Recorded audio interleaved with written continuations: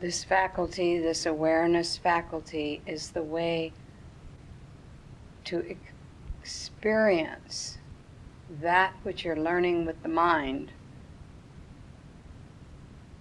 The mind doesn't experience, but the awareness faculty does. The mind simply can lay down to become the avenue of that which you are feeling, experiencing with the awareness faculty.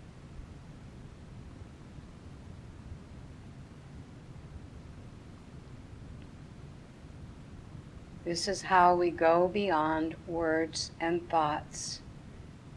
You can't do that if you don't develop this faculty, because you have nowhere else to go. We say go to God. Well, how do you go to God?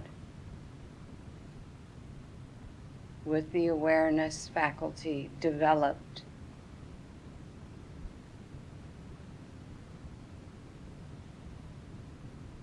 The way of developing it is through meditation, through silence, through surrendering on a daily basis. Every morning, the minute our eyes awaken, or the minute we can become conscious, straight to God. What does that mean? That means not, yes, maybe using the mind, and saying that, go straight to God, but it means pick up that awareness faculty and begin increasing it and expanding it and resting in it and sitting in it and getting what I call God on the field. Because without it, the day is run by universal hypnotism and universal mesmerism and illusion. I've become quite fond of the word lie rather than illusion or mesmerism. Those all seem so kind of airy-fairy, illusion, mesmerism, hypnotism, as though that's happening in another realm. It's happening in the mind, in the thoughts. So if we can simply say, that's a lie, and stare it down, just like water on the road, until you know it's a lie, that it's not there, it's not real, you cannot stare it down. It will stop you in your tracks, and you will not go further until someone explains to you that it's a lie. Just like the earth being flat was a lie. It was an untruth.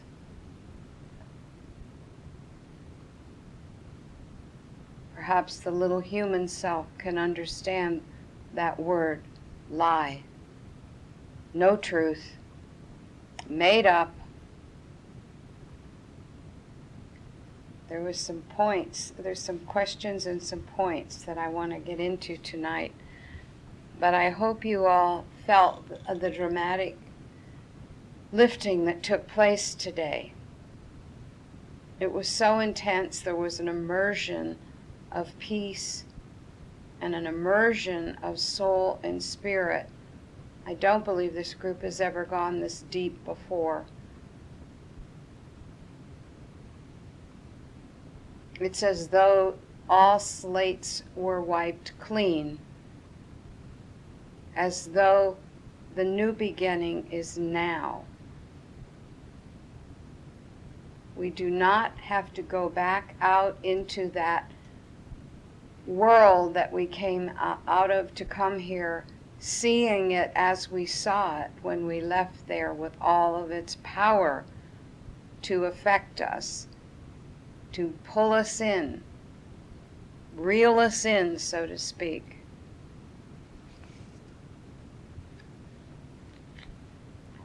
I want to go over the most important points that were brought out throughout the weekend in the tapes both tapes and the class that was given, and the most important part is that I needs no other power. I is that which resides. And it's not even a power, it's just an isness. All the other things that appear as power are just a lie, because God is. And in that tape, I loved that it said, God never healed anybody. Did you catch that? God never healed anybody. Why? Because the disease has no law and never existed to begin with. Whether you give it power with words or belief system, it's still a lie.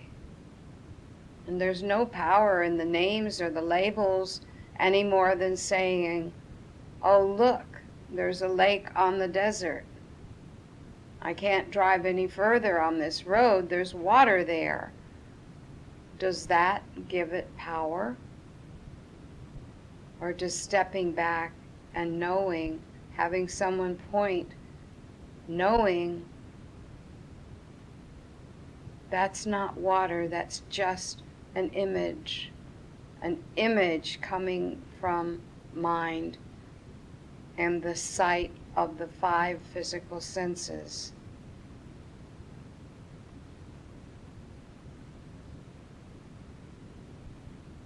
Disease is not a power, therefore it cannot be healed. No healing is going on. Only the recognition of the presence of God here, now, regardless of what my eyesight is telling me. We were instructed to see through the person right in front of us, whether they're angry, sad, appearing to be diseased, sick, whatever's going on. We look through the appearance. This is how we see the God within them, certainly not by looking at their outside carcass. Have you? But seeing straight through, soul to soul. That's how we see. We don't see with our eyes straight through to the soul. We see through from our soul faculty, from our awareness, our God sense. That's what is looking.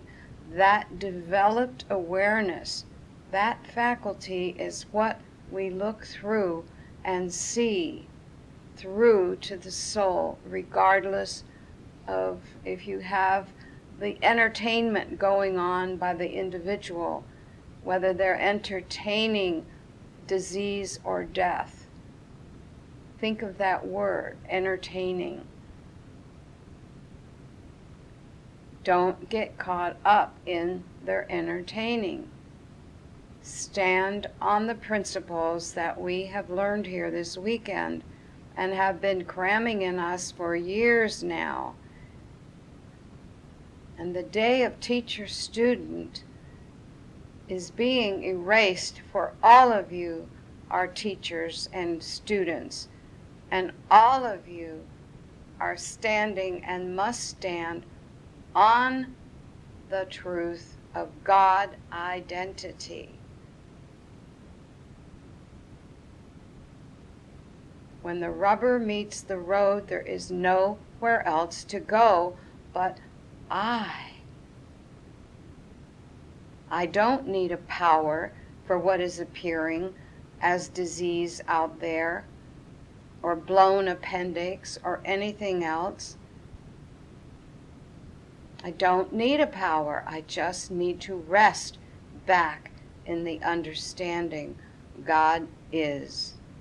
I am, look through it, see through it from the faculty It has to be a higher faculty than the mind, or it has no effect. I will then be believing the lie.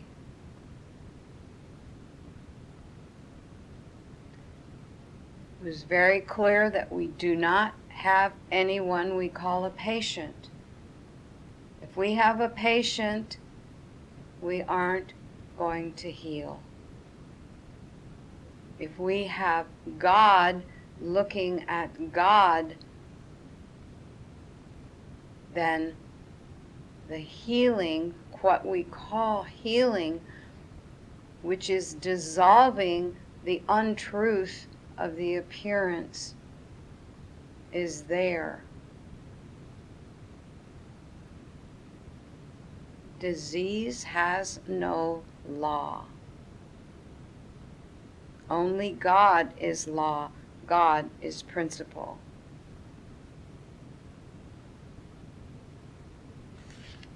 Going to go over slowly some of these points because they were very, very clear to us. If you still think you need to get a God power over an illusionary power, then the failure will be there. We can only stand on I and my Father are one. I am with you. I am you.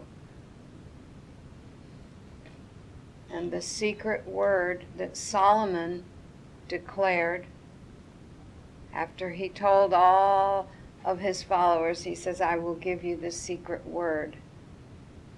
They first had to build the temple before he would give them the secret word. And that's what we've been doing, building the temple. Building that inner temple so that we can stand on the secret word. And it's being thrown around very, very casually in the world these days. Very much so in all the New Age communities. I am that, I am that, I am. You hear it everywhere. But are they standing on it? Are they it? Are they getting that it is them? Again, not to be confused. The confusion comes in, oh, I am God. It is God is me. You see, the little I can never be I am. It is the I am. If the little I has become a transparency for the I am, that's when it takes hold. That's when it dissolves the outer non-power, non-sense. Non-sense, no senses, because my senses are lying to me. But my awareness faculty, my soul, my spirit, does not lie. It sees God is here now.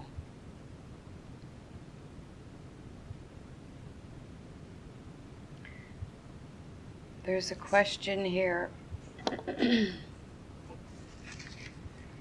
but I'm going to touch on it. Well, I pretty much have been, but I'm going to touch on it more toward the end this evening. What are the most successful ways to maintain the sense of oneness with Spirit when we return home? Well, that in itself is sort of a paradox. For if I really return home, I need to know where home is.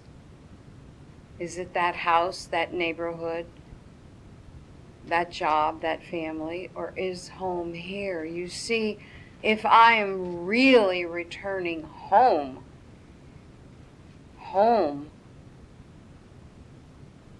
then I will be able to maintain that oneness of spirit. And without a tremendous amount of meditation and silence and removing myself from the world, from the dialogue that the world loves to project. I know I live in a mobile home park, 55 and older, and guess what? All they talk about, and I mean all, well, a little bit of politics now, but the voting is coming around. But I mean to tell you, everything is who's in the hospital, who had the paramedics, well, who's got this, who's got that. I mean, that is, and yet they say they're home. They're home, they're living there. They're not home.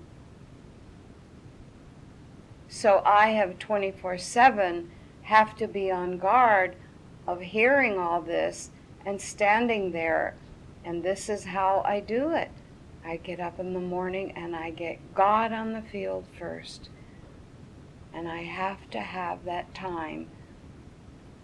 And the more I think my day is too busy, which many a times I wake up and I've got to meet this one and see that one, and this one's coming and the phone starts ringing for help. If I haven't gotten up before all of that pulling starts, if I don't have God on the field, there is no way I can look through to the spirit, to the soul of that which is out there. So how do I do it? Every trick in the book I can use. I write I on the back of my hand. I write 1. I have flashcards around my house. When I had my landline, I had God taped right on the receiver so that when I picked it up, I would know who's calling. Because you know what? I forget. And that includes the salespeople. You think they're calling to sell you insurance? No. In that split second of recognition, oh, why are they calling and bothering me? Perhaps it's a call to prayer. Perhaps it's a call of recognition of the person having to sit there in that stupid job that they hate, reaching out to people that don't want what they're trying to sell them. Maybe they just need that momentary lift, a little flutter of the heart. And it doesn't have ever be done in words, just courteous. You know, no thank you, I don't need it, but have a beautiful day or whatever. But, oh, spirit. Who knows, maybe that person will be lifted right out of that awful position and taken somewhere they want to be. Every moment, every phone call, every person in my face, everything that flits by me, call to prayer, call to prayer. And the more irritating they are, and the more anxious they are, and the more devastating that it is, the bigger the call for recognition. That's all anyone is ever calling for. Tell me who I am. Divine Spirit. Oops, I forgot again. Looked like that nosy neighbor. I forgot again. You see, everything out there is my call to prayer, and everything out there I am seeing with my opinion of what it is and who it is, because I'm seeing with the 5 physical senses. Therefore, I must get God, my awareness faculty, ripe and ready for the day. And I cannot do that without silence, without laying it all down, without using a few of the words, listening to wake up an hour early and put that Joel tape on, or whatever spiritual tape resonates. Before you even get out of bed, hit the button.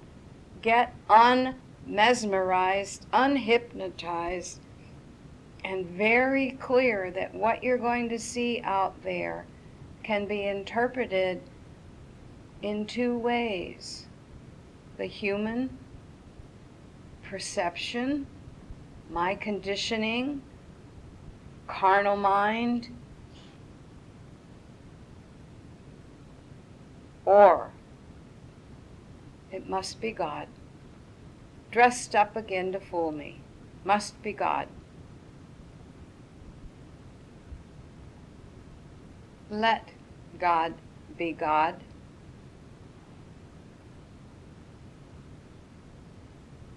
And the prayer at night, help me lay down all of this misperceptions that I've had today. And if you miss it during the day, catch it at night before you sleep. Oh, Mrs. So-and-so, or my daughter, or, it's really hard. With the closer they are to you, the harder it is, the more I have to work to see through. And I fall down, but there's that reminder. I see a flashcard, or I see that I wrote something, or I see a flower or a bird, or my little dog gets right in my face jumping on me. See me, see me, see me. Oh yeah, your spirit in form.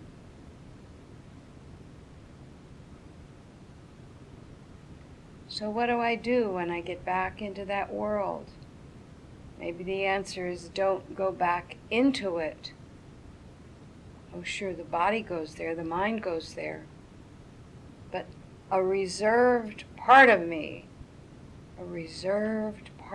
stands back, rests, knowing that my home is within, and I stay there as long as I can. Hang in that one, and the minute there's conflict in the outer, or anything that's disturbing my, quote, peace, back home. Back home I go. Within. Be aware. Be aware. Be awake. Be aware. That was the Buddha's answer when the disciples asked him, how do we be enlightened? How come what does that mean, you're enlightened? What does that feel like to be enlightened? The response was, I am awake. I'm awake to the present moment. Awake to the present presence of God here now. I am is the power. And I love the saying of Joel's, no thing. Take no thought, but it's a no thing. It's nothing, no thing. If it's in material form and matter, it's no thing.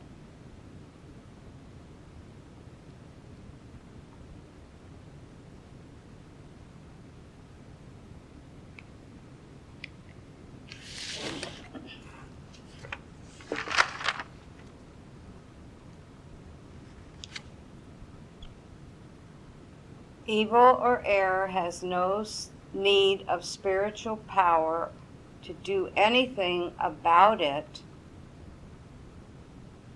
because it is a non-power appearing as power. When you look back and think of everything that scared you in the last, say, 5 years, you look back at it now, you realize every bit of it, usually, there's probably exceptions, has disappeared. Not there anymore. Well, where did it go? It had no substance. It had no law to maintain or sustain it. It's gone.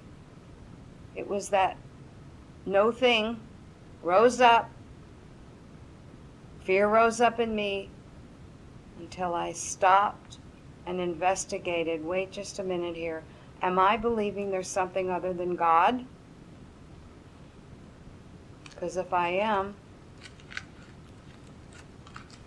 then I will be in fear. And once I get in fear, it's got a hold of me. And what do I do then? I call one of you. If I can't pull myself out, I call one of you and say to you, I need help. I bought it. I bought the lie. I need you to help me tear it up. And that is what we call spiritual humility. Now you can sit in meditation and try to break it yourself for as long as it may take, and that's fine. But I have found that it's much quicker to just grab somebody on this path who at that moment perhaps is sitting there meditating, or perhaps needs your call to remind them, we got to come home, we've got to be aware of God's presence here now. And then we investigate the lie. It's always false evidence appearing real. F-E-A-R. Or forgetting everything's all right here in the now moment. But only in the now moment. If I'm present, if I'm awake. And then there's this now moment and this now moment. Fear is never in the presence. It's always about the future or about the past. I'm going to repeat. Fear is not about the present.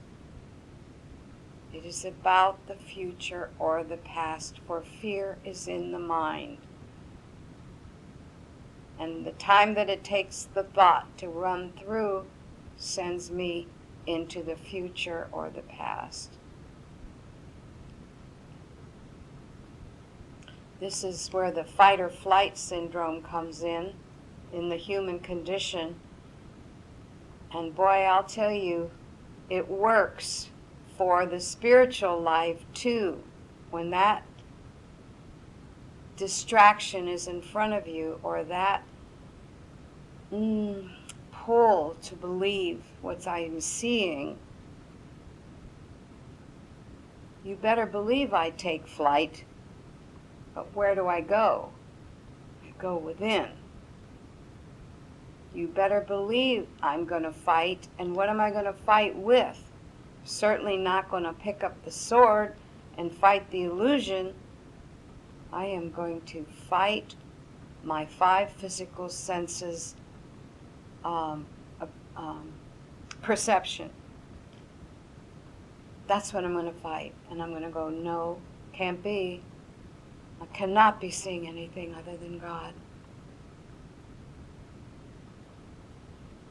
But God is not in that outer form. So where am I going to see God? I'm going to have to come back inside, be still. Okay, let's rest. What are we going to rest on? Sometimes I can find nothing more than the word God. And I stand on that.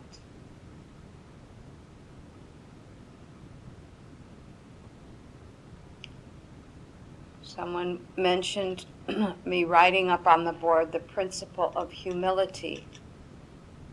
And humility is simply being where I am, being where I'm at, and I'm not speaking in the physical world, I'm talking about emotionally and spiritually. Being humble is recognizing my inability to see through the illusion, recognizing what I'm believing in, recognizing that my script is in gear, recognizing that the nature of error has caught me. And when I can say to myself, oh, I'm off base here, I need God, I need someone else to pull me back, then I can get on the phone and say, I need help. Or I can go in and call out to my guidance system, to my masters, whatever that may mean to you, to the God of my understanding, to Mary, Joseph, or whoever it does. Just call out to higher consciousness.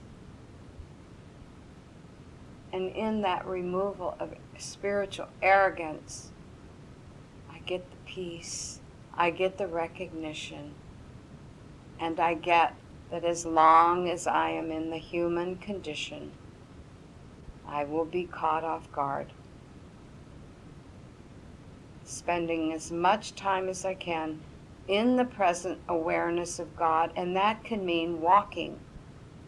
Doesn't mean you have to hole up in a dark room to meditate. Conscious awareness as I walk with this foot in front of me, that foot in front of me. Presence here, now, here, now. None of us here, to my knowledge, has been given a cave to be in yet, and to march off and leave all of those suckers behind. Wouldn't that be nice? Just to go and sit at the entrance of a cave and let someone bring the food up to me, bring my supply, and I just sit there knowing. And yet, that is the analogy of what we do when we go into our inner cave. We sit and we rest and we watch the presence of God deliver us the peace, that which goes beyond all mental understanding. And we say I. And we say I with all humility, for we're very aware of how well our little self does without recognition of the presence of God.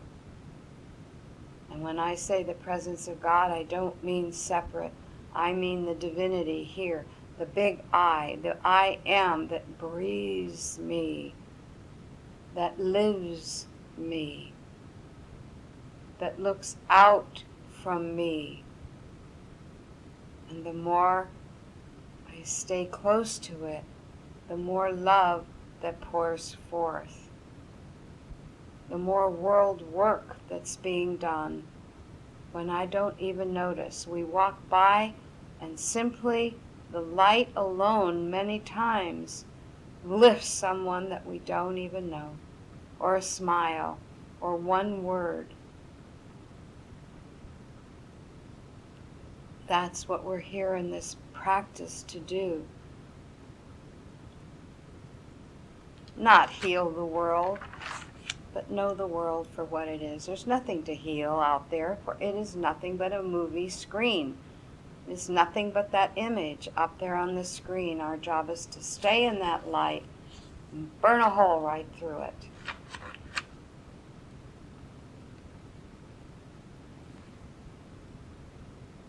God is not a power over evil, for evil is not a power.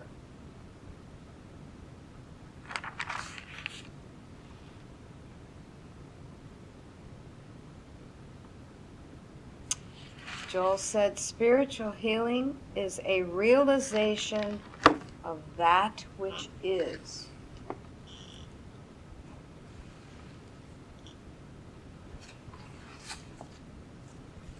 I've really been being told to bring home strong that term non-power. Thus tomorrow even, our tape and the tape I played the last 2 nights have all been dealing with the non-power of that which we have been buying as power.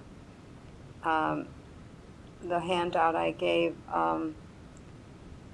again, I'm going to repeat the hypnotism. We must break by realizing that we need not be subject to the world. This says mesmerism, I'm going to say lie. And by understanding that hypnosis or the carnal mind is not of God, is not spiritually ordained. God never ordained it. Why are you Why are you ordaining it? You ordain it by believing it. It has no spiritual law to uphold it. Therefore, it is a non-power. Isn't that beautiful? No spiritual law. I don't care if it's cancer. I don't care what the claim is. It has no law.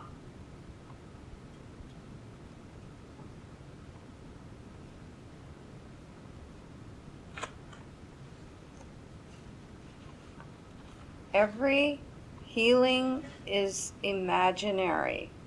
You believed you were sick, now you believe you are well. Pretty simple, huh? There is no such thing as an externalized illusion, because there's no such thing as water on the road. You cannot get rid of an illusion out there. Where do we get rid of it? Back inside, asking for help to see clearly. Rising, though, we must be willing to be still enough to rise, to lift, to be immersed in the light. That's what happened today. We were immersed. We were immersed in spiritual soul, in spiritual light.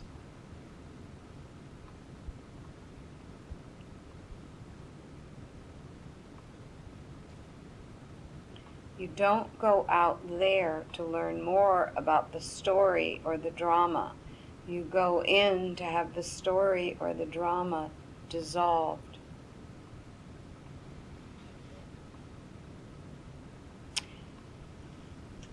If you are seeking God as a power, you are going to find yourself back in the illusion of two powers.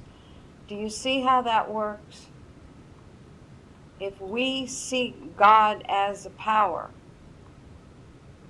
rather than the light to shine on the darkness, then we're back believing we've got a power for good and a power of evil, and we're right back in the human scene. It takes concentrating, it takes focusing, it takes pondering.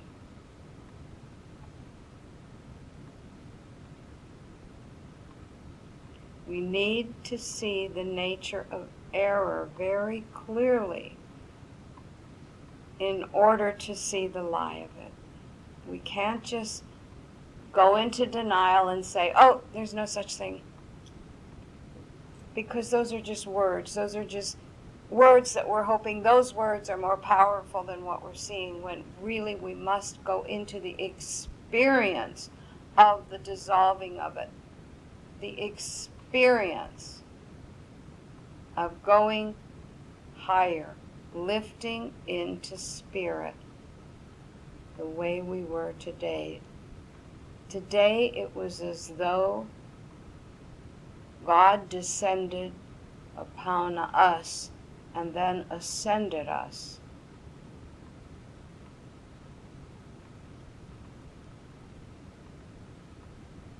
The morning meditation was so high, and by afternoon it was as though the grace, it was as though the dove, I call it transcendence of the dove, it was as though the dove came.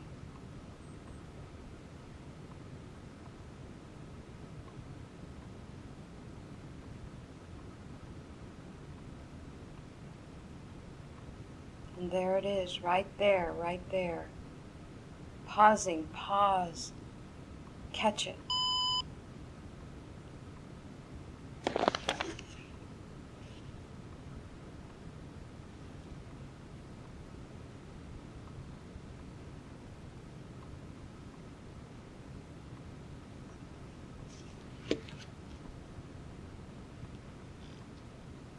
It's so it has substance. Think, the silence has substance if I just use it.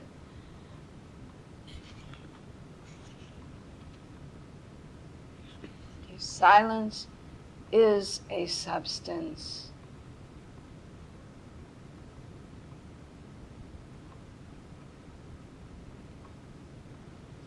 I want to make sure I've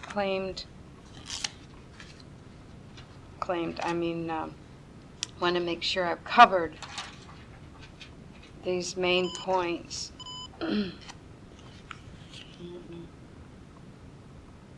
Quarter seems to be doing some kind of beeping here, that's why I got distracted.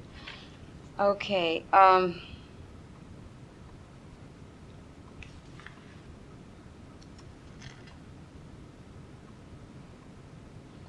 God, the reason it appears as though people do not heal when prayed over is because there's no power to have a power over it. There's no power there.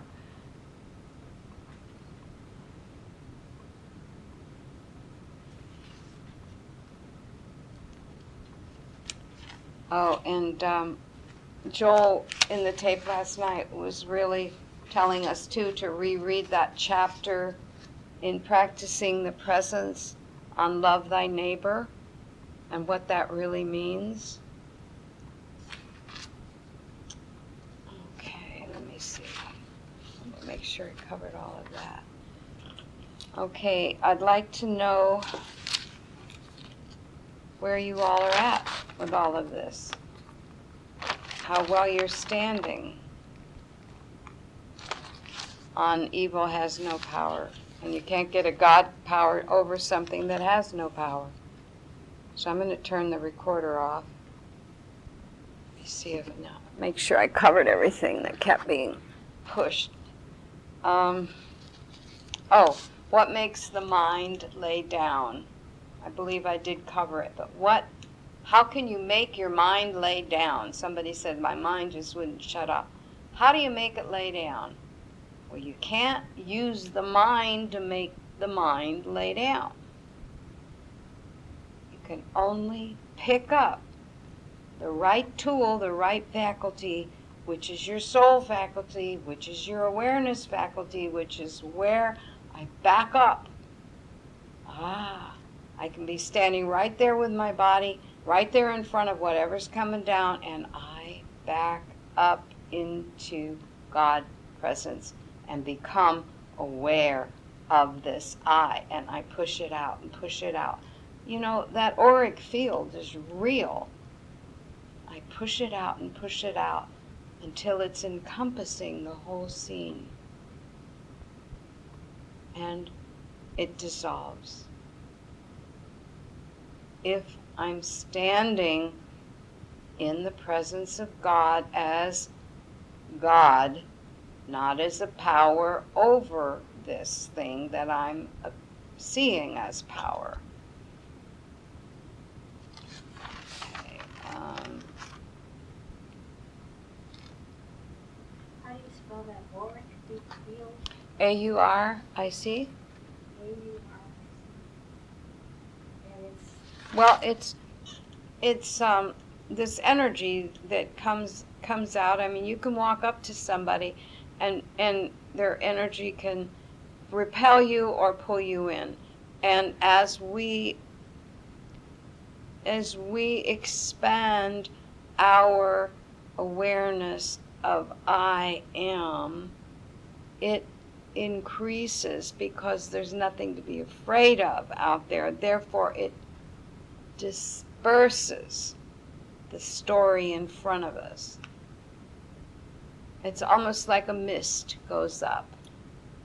And that is what, if you, well, like Deborah experienced it today, and I believe Deborah and George had experienced with a couple little kids today, where Deborah was just sitting by a tree being Deborah, and this little boy came up and just started looking at her, and some presence, her auric field, certainly not her advanced beauty, but that too, but I'm being silly. But, you know, that energy she was experiencing and was pouring out pulled that child to come up and just look at her. And George had an experience with a child, too, that wanted to play with him. I don't believe you said anything to bring them in. They just want, little children, they just know they want to touch it. They don't know what it is they're touching. They just want to rub up against it. It's like the hem of the garment, just touching the hem of the garment.